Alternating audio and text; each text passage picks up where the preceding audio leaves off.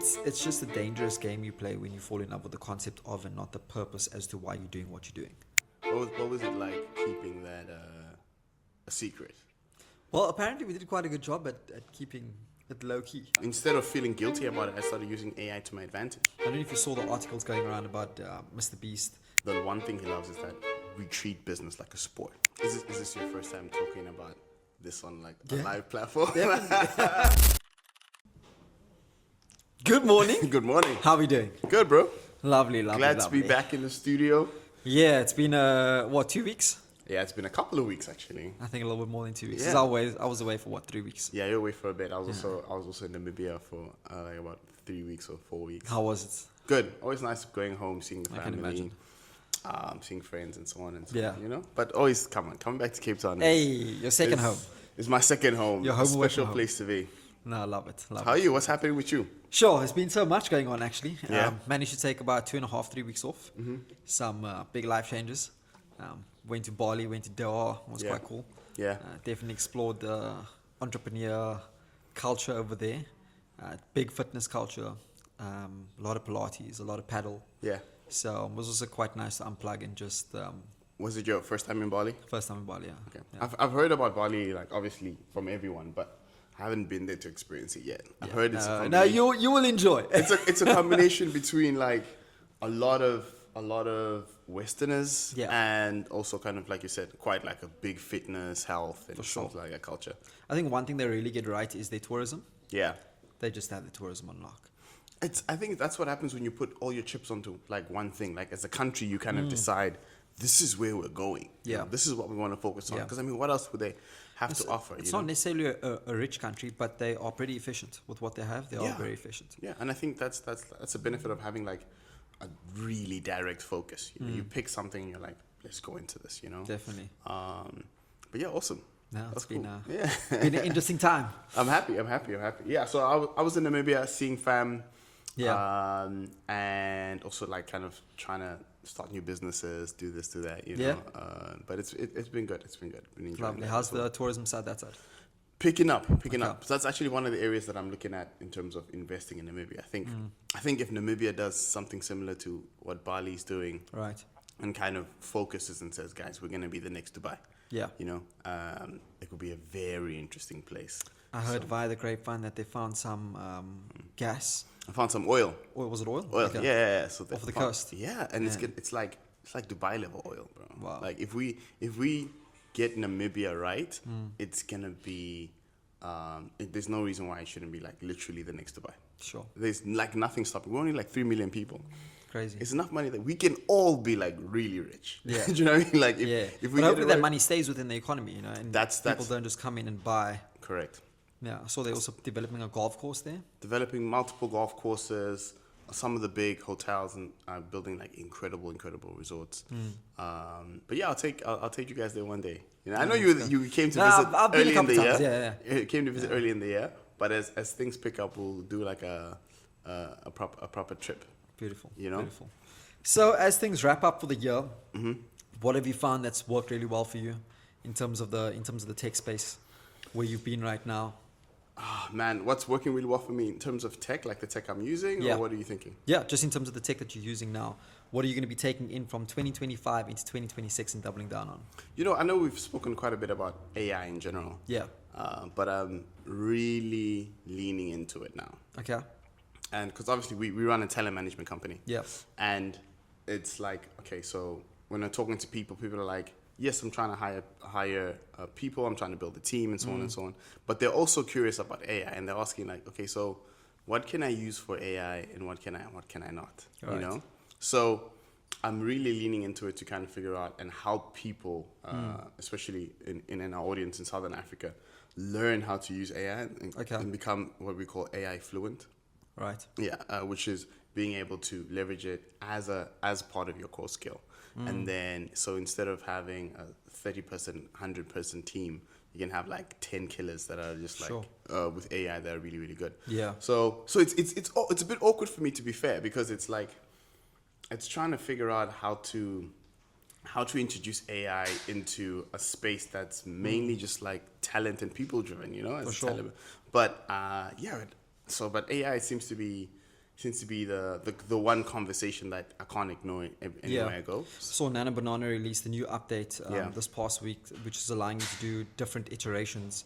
So you can basically I can upload this t-shirt and then upload a picture of myself and then put the two together, set the scene and the scenario, tell it what to adjust, i.e. just adjust the lighting, but have the different, have the product in different scenarios. So it's super cool, and different iterations. I could be seated in the one, I could be walking in the other one, it could be rain in the other one. And the idea is to use that for testing? Yeah. Okay. So basically to create different iterations of creative. Yeah. And I think that that's going to be super powerful, because now you can have your product and you don't necessarily need to have a model. You can have your base character, and then your base character can be moving through different environments and different iterations. And you can A/B test that and then ramp that up. So I'm thinking that's actually a really good point. My question to you was going to be, if I'm thinking of someone that's like trying to launch a new company, like a new product, like you're saying, something like this could be really useful for launching a new product, or so you don't have to pay like for the that. photography, you don't have to pay for the creative director, etc. That's You what can find your treatment, but really build it out, the mood that you want to set. Yeah. Figure out your prompting. Yeah. And rather spend your finances or your investment on your prompting and actually understanding how the prompting works. Okay. Save that in your language module and then start prompting consistently. Because that was my question was going to be to you. Like, if I'm launching a product, what should I be using AI for, and what should I be using people for? For AI specifically, pack shots, product shots. Yeah. Testing different environments. You could even now you can upload images, and your images you can then make the images move now. Yeah. So that's becoming super interesting as well. One of the other updates they rolled out was with VFX. So now you've got sound effects that can automatically be added to videos. Okay. So like rises. All these exactly. like sweeps and all this type of sound all these effects. things to increase retention. Okay. So you're saying if I'm working on a new product, I want to launch something, and to get the initial product out there into the market, first thing I should do is use AI to get the product shots, I think it's going to be, it's a lot more affordable now to do it than it was back in the day, because then you had to get a photographer, you had to get a studio, Correct. You had to get a stylist, potentially a creative director, etc., all to get just your pack shots or your product shots. And then there's going to be different sizes and dimensions for whether it be meta ads, TikTok, Instagram, etc., and your Google display. So those are a variety of different formats. Okay. Majority of the time, like in the corporate space, they'll call it your chase list for your graphics. Yeah. And that will be a long laundry list of different dimensions, etc., all for the same graphic. But now you can do those iterations in a click of a button. Okay. And you can set those parameters. So whenever you want to roll out with a campaign, you can have your overarching messaging concept and just boom. Yeah. So it sounds like what I'm hearing is, light bulb went in my head is like, if I'm thinking about like I said, launching a product, and I have initial strategy discussions with the team, and we kind of we come up with a great brand look and feel, and all these elements that I think still I don't think AI can do as well as humans. I think great designer or a great brand strategist or like copywriter to just get like the initial brand established. Then it sounds like you're saying, then you use AI to create multiple iterations of it in different formats with different abilities to be on different platforms and scale that. So that's kind of like, it seems like it's like your multiplier. Like you use a great core team to get the core idea there, and then you use AI to kind of dramatically multiply the because if you think about it, your sample size, if we only put out 10 pieces of content for the month, we're only going to have a sample size of 10. If we do 100 iterations, we're going to have a sample size of 100, and our data is going to be more accurate into which direction we should go, and more importantly, from which direction we shouldn't go. So a lot of the time, we see brands and creators as well spending money on things that don't work. Why do you think they do that? Is it just because? Sure. Is it just because they think that the budget will make it work, or? A lot of the time, I think in the corporate space, people are paying to play.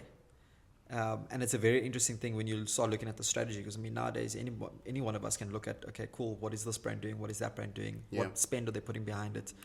Most of the Meta TikTok partners, we have access to that. So now when you can see the strategies and we can see the retention and we can see who's paying to play, it becomes very interesting, because now you can see who's paying for bad creative to get numbers, but you get exposed in the comment section and because there's nothing there that people don't resonate with it. So yes, you can have 4 million views, but 8 to 8 comments, your ratio's completely off. Correct. So we're seeing a lot of brands get exposed now.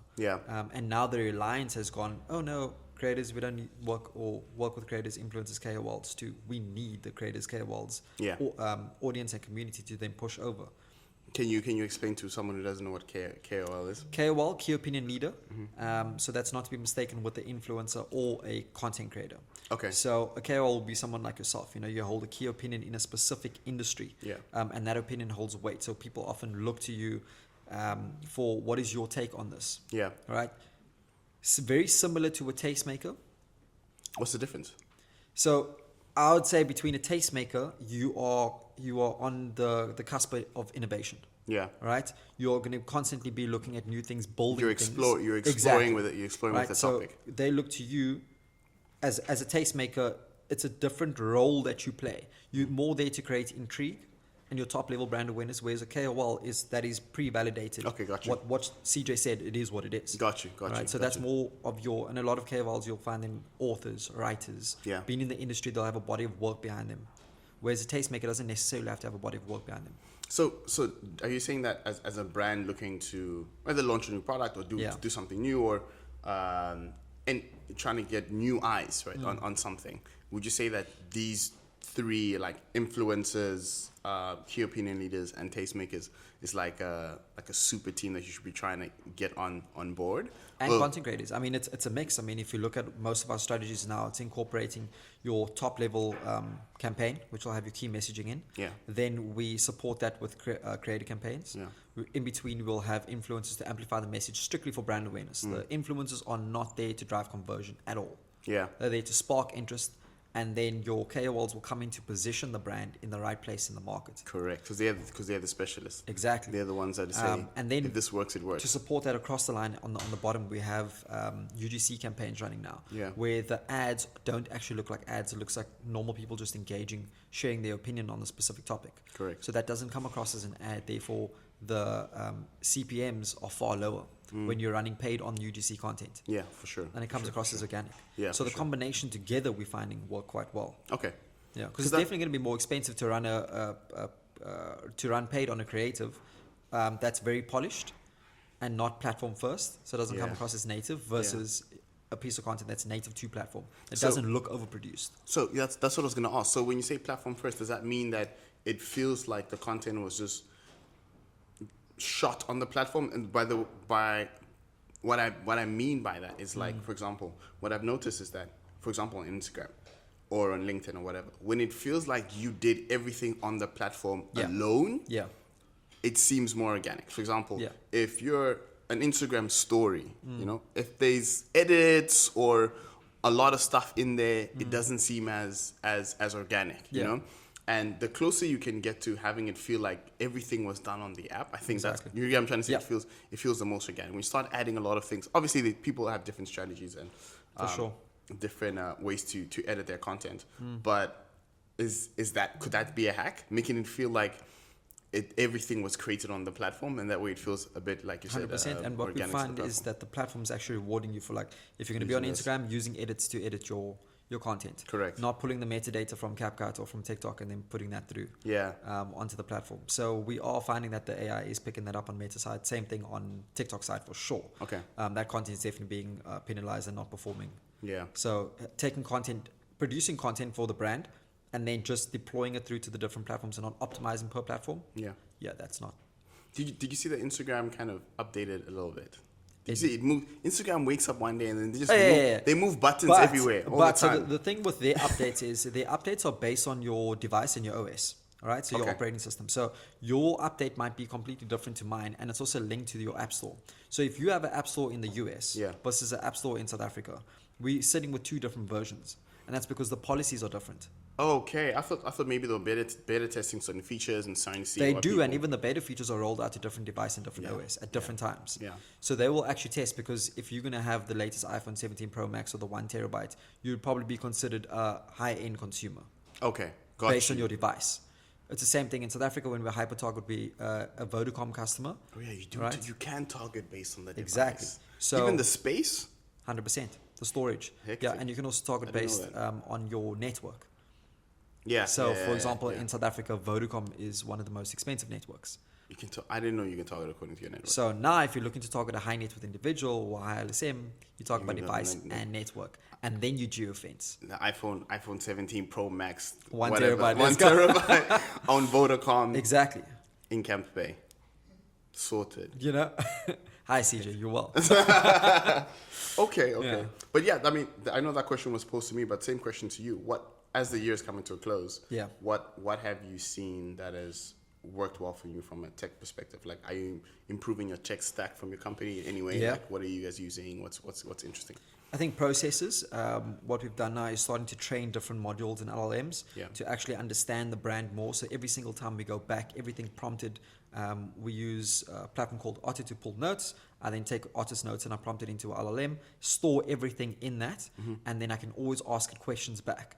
So for example, one of our clients will say something for their brand, and I can go back. So if I forget something, I can look at the context from a consumer side, I can look at the context from a brand side, That's great. and I can look at the context from a agency side. Yeah. Right. And then how do we see creators fitting into this? What opportunities aren't we seeing from an influencer side? I love that. That's good. So that's what we're using it a lot for, to understand and go deeper into it. And you build profiles around these different consumers and try and figure out how to best serve them.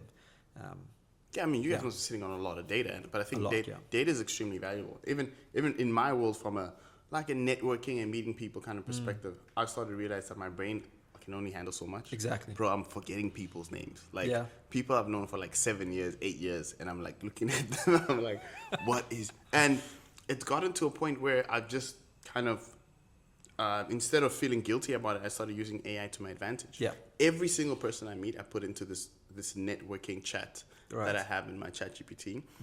Their name, something interesting about them, where they work. You know, if they tell me that their son is Caleb and he's 2 years old, I'll put that in. You Yeah. know? And now when I know I'm going to meet up with that person or I'm going to an area, the same area where I went, I'll ask my Give me a chat. quick summary. Yeah, give me everyone that I met in Dubai during this time. You know, then he'll give me a lesson like, this is Caleb, this is who, this is who, this is who, and it's similar to precisely like what you're doing. You know, it's Yeah. that using the tools to kind of aid your advantage a little bit. For sure. It's something that comes naturally to me, being able to kind of connect with people and kind of remember these things. But I'm reaching capacity, bro. So now I'm using Yeah. AI to kind of Streamline those to processes. streamline that Yeah. process, and I've seen a huge difference in that. No, definitely. Listen, something I would definitely want to talk about today is, I don't know if you saw the articles going around about Mr. Beast, everybody commenting on the fact that he hasn't broken 200 mil. We say this lightly. So 200 million views in the last, I think it's in the last year and a half or so. He hasn't broken 200 million views. Yeah, on YouTube. So he's saying that his views are stagnating. Well, this is the discussion now in the industry. Yeah. The whole take is the overproduction, because obviously he went from very organic Yeah. to a massive camera setup, big explosions, etc., etc. Yeah. And I think we're seeing it in the brand space as well. We looked at some South African brands as well. Overproduction could be hurting your numbers. Because how do you top what you already topped? That's the problem. So you're consistently looking for bigger, better, more explosions, more explosive actions, multiple different camera angles, and how we're actually being overstimulated right now. So the content that we're seeing pick up in terms of long form, we are seeing long form content pick up again. Yeah. And we're seeing people go back to basic nostalgia. Putting a camera there, Boom. talking. Core messaging, real people, real problems. But are those people getting 200 million views? They're not, but I do think that we are going to be seeing a trend towards that direction now. It's tricky because there's two things that can happen. What I see is like let's say the Mr. Beast model. Yeah. What's definitely evident is that AI will be able to do that better than anyone else at some point. sure. And I think, we've seen that. What's that social media app with just AI content? There's that doesn't use his ex Twitter. Is it yes. So there's I just forgot the name. I of also it. forgot But the name. there's a social media platform that just has AI content. Yeah. Right. And it's the most ridiculous, outrageous things you will see. But they're getting views because it's ridiculous and outrageous. And that's what Sora. correct. Well done.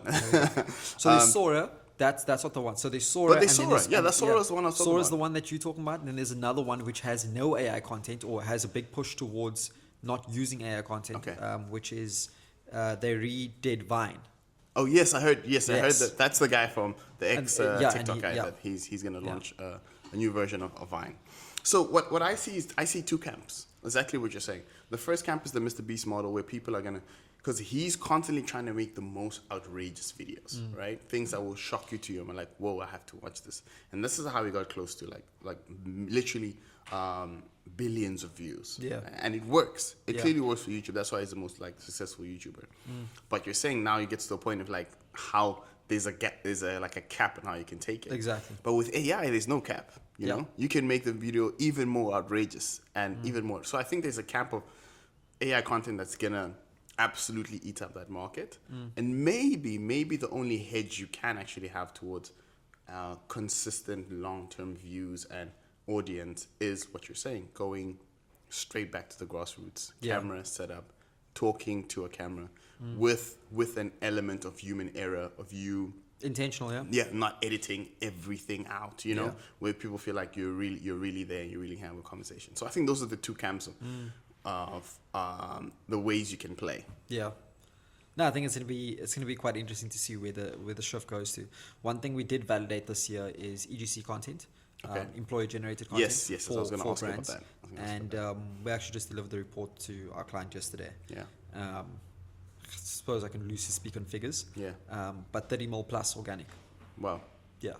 Took the profile from 117 followers to I think it's north of 90K at the moment. wow. In 1 year, No, March. since March, March, yeah. from 100 and what? How many Yeah. followers? Just double check for me. Yeah.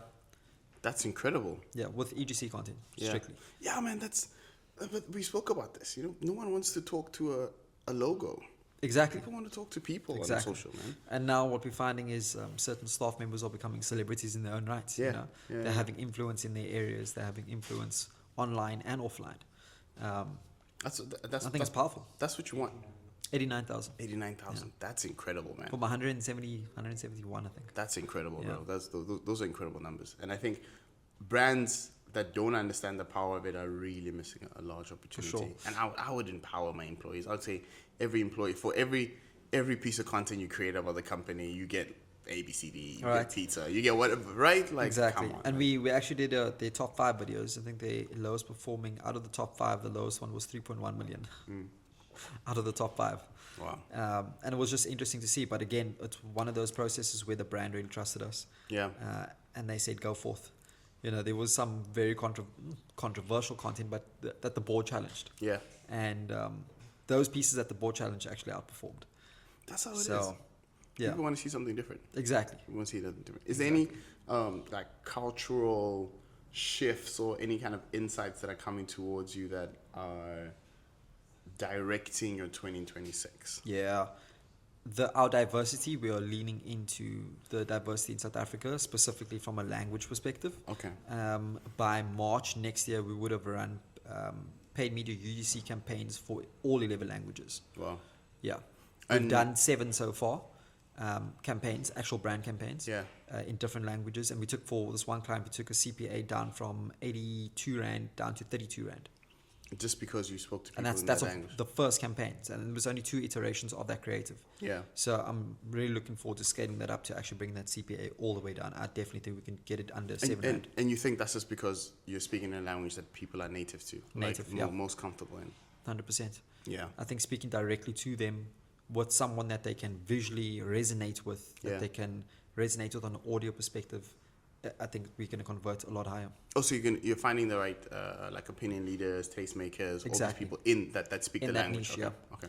And even though we're going, it's more work, Yeah. it's more heavy lifting. Yeah. The setup, I'd rather speak Sotho to everybody that speaks Sotho. Yeah. That makes a lot of sense. Speak Tswana to everybody who understands that. That makes a lot of sense. It seems like one of those things that you would look over Yeah. and just kind of assume that everyone speaks English or is comfortable with consuming or getting information in English. Yeah.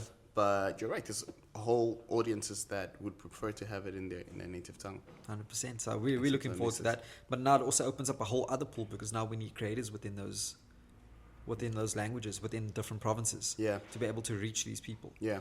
And now we're able to employ those people to actually create content for these brands at scale. Yeah, that's great. That's great. So, Very, so stimulating that's what on you mean both by sides for us. Inclusive. I like Exactly. that. I like that. Diversity and Yeah. inclusion. I think it's a great thing. You literally just need a phone Yeah. and understand scripting, hooks, and we guide you through that process and the Yeah. team. And you're good to go from there. You're able to start producing content and obviously scale up and sharpen those tools. Yeah. I like that. Yeah. Very, very cool. Very cool. For me, what I'm taking into 2026, I think it's more from a personal perspective. I started to realize that this year, I was starting to enjoy the perks of entrepreneurship more than the sport of it. Okay. You know, when something goes right and you make a bit of cash. Yeah, you know, you can do a bit more than you could do before. You know. Then this year I started to realize that I was spending a lot more of my time than I did last year on enjoying the perks of that. Okay. And when that came up, I was having a conversation with a friend of mine, and he was talking about his circle of friends, and how in his circle of friends, the one thing he loves is that we treat business like a sport. You know, Okay. it doesn't matter what's on the scoreboard. Yeah. It's just you just love the sport. Right. And I think for a couple of months, I lost that focus, right? And now over the last month, I got that focus back, and bro, like the energy I got back was incredible. So Right. I think going into 2026, I'm really gonna focus on just the sport of entrepreneurship, like really being indulged and loving the reps and figuring things out, regardless of what's on the scoreboard. So Right. I'm excited for what that will do for me. But yeah, that's kind of what I'm major. leaning to. Major. I think we've got 2 tech platforms that we're pushing out early next year. Yeah, you mentioned. We're super excited about that. Yeah. Both in the advertising space, and then we're launching a new business as well. Yeah. A new brand, should I say. So that's going to be in the health and beauty sector. Yeah. So we're looking to shake things up quite nicely. There's a lot happening on the business front, but there's also a lot happening on the personal side, isn't it?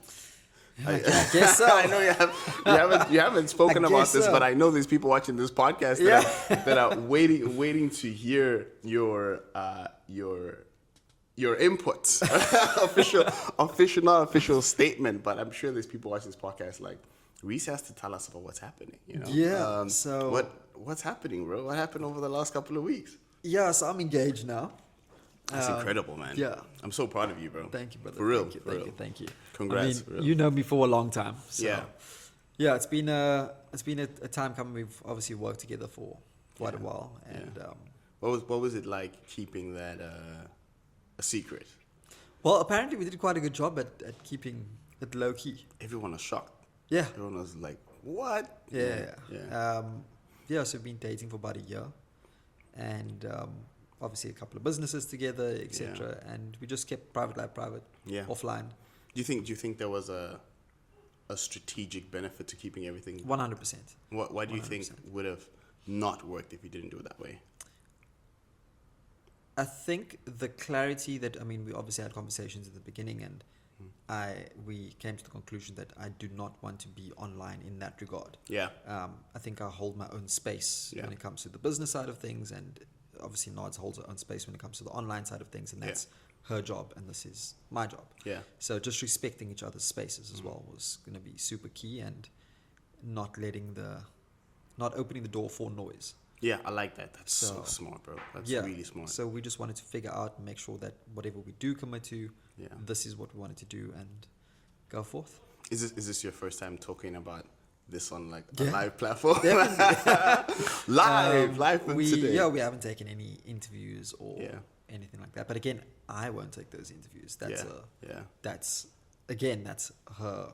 That's her playground. space, yeah. That's Yeah, her yeah. space, and I think we just respected each other's spaces. And it's been nice. She's Nadia's been on a few keynotes with me as well. Yeah.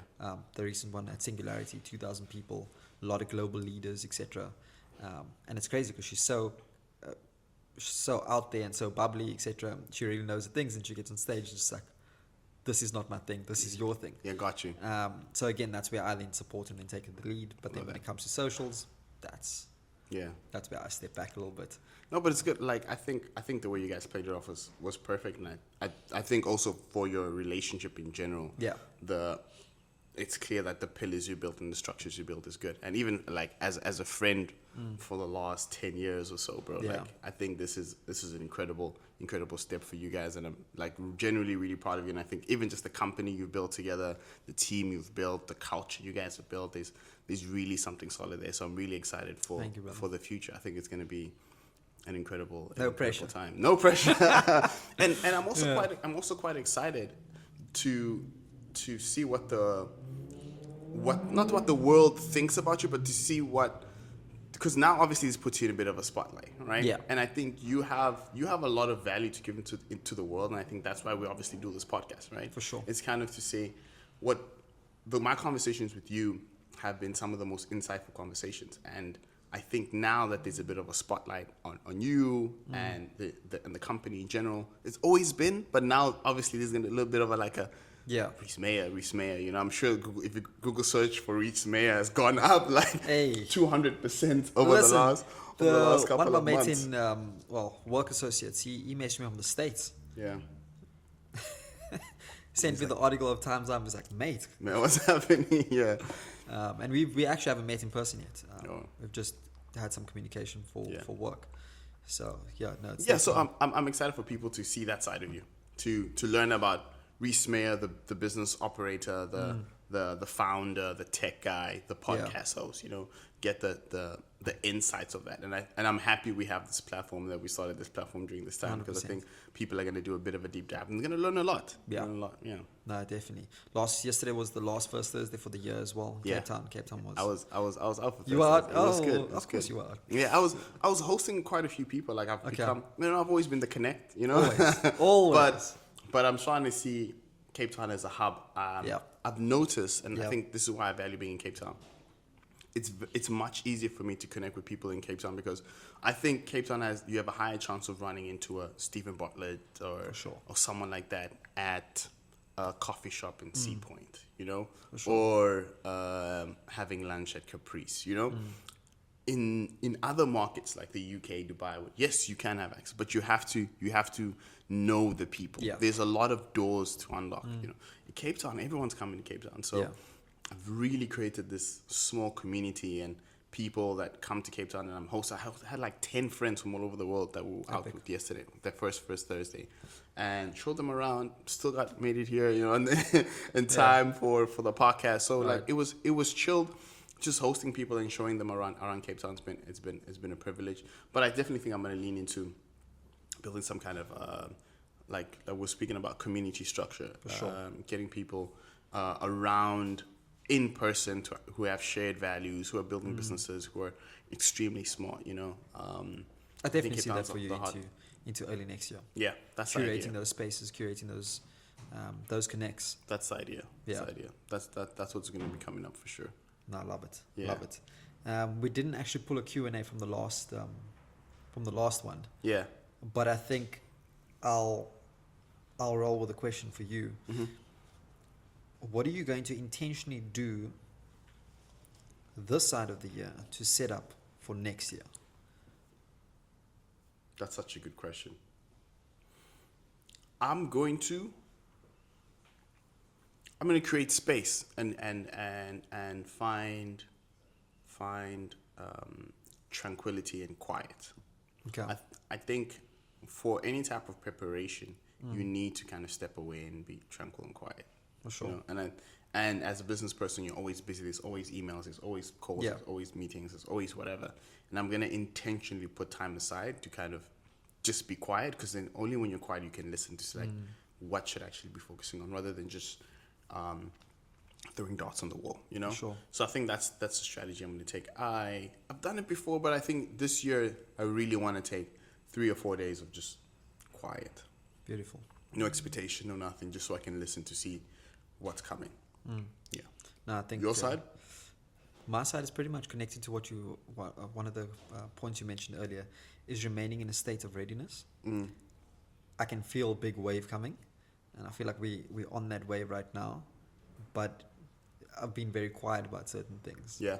So that state of readiness to actually be able to execute, I mean, being connected with a lot of global powerhouses in the last 2 to 3 months. And I can just feel that shift. I just felt that shift straight through the ceiling.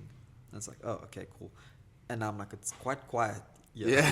I get It's you. very quiet. So again, with all that opportunity there, how am I going to capitalize on it? And that's why I'm like, I really need to do a lot of, not that I don't do introspection, Yeah. but make sure that I'm ready for that next. What do you think you need to be in a state of readiness? What are the actions you can take to constantly be in a state of readiness? Sorry. Frameworks for plan A, B, C, D, E, F. Yeah.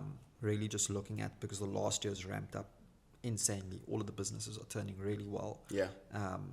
We've got a really solid team. The teams are growing in different spaces. The call to expand in the UAE. There's a lot of things that have come to us. We've been very fortunate not to have to go fetch a lot of work. Yeah. While other businesses are scaling down, we're scaling up. So just making sure that we're in that state of readiness. A lot of behind the scenes structures to make it look easy. I like that. I think that makes sense. I think it's kind of like making sure you have the buckets so that you can fill them. 100%. Right? Yeah. If you don't have the right, and structures are like kind of like theoretical buckets where you can carry things. Yeah. So, and I've heard also that you never grow according to your capabilities. You grow according to your structures. Massive. So if your structures are big enough to handle a lot of new things, the new things will come to you. Yeah. And also just auditing along the process. I think one thing I've been very aware of this year is not falling in love with the concept of. Oh, really? Yeah. Okay.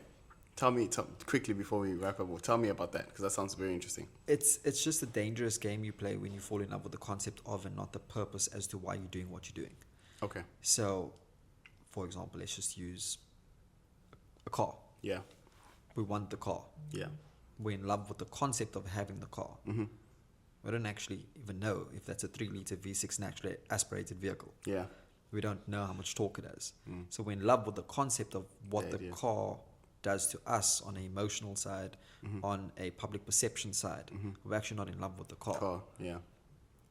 So then how do you make sure that you're not loving the concept and actually loving the car? Coming down back to the purpose. Yeah. Why am I doing this? Okay. Why am I doing this? Who am I doing this for? Yeah. Is it for me? Is it for outside? Is it for And when we start to perception? audit that, you have to look yourself in the mirror, and it gets real, because you Hey. start realizing you're doing a lot of things for a lot of other people. Yeah. Yeah. So intentionally auditing so that we're not falling in love with the concept of. I like that. I think that's a good takeaway. 100%. I like that a lot. I think that's going to be our last ep for For the year, for the year. 2026. Yeah. Yeah.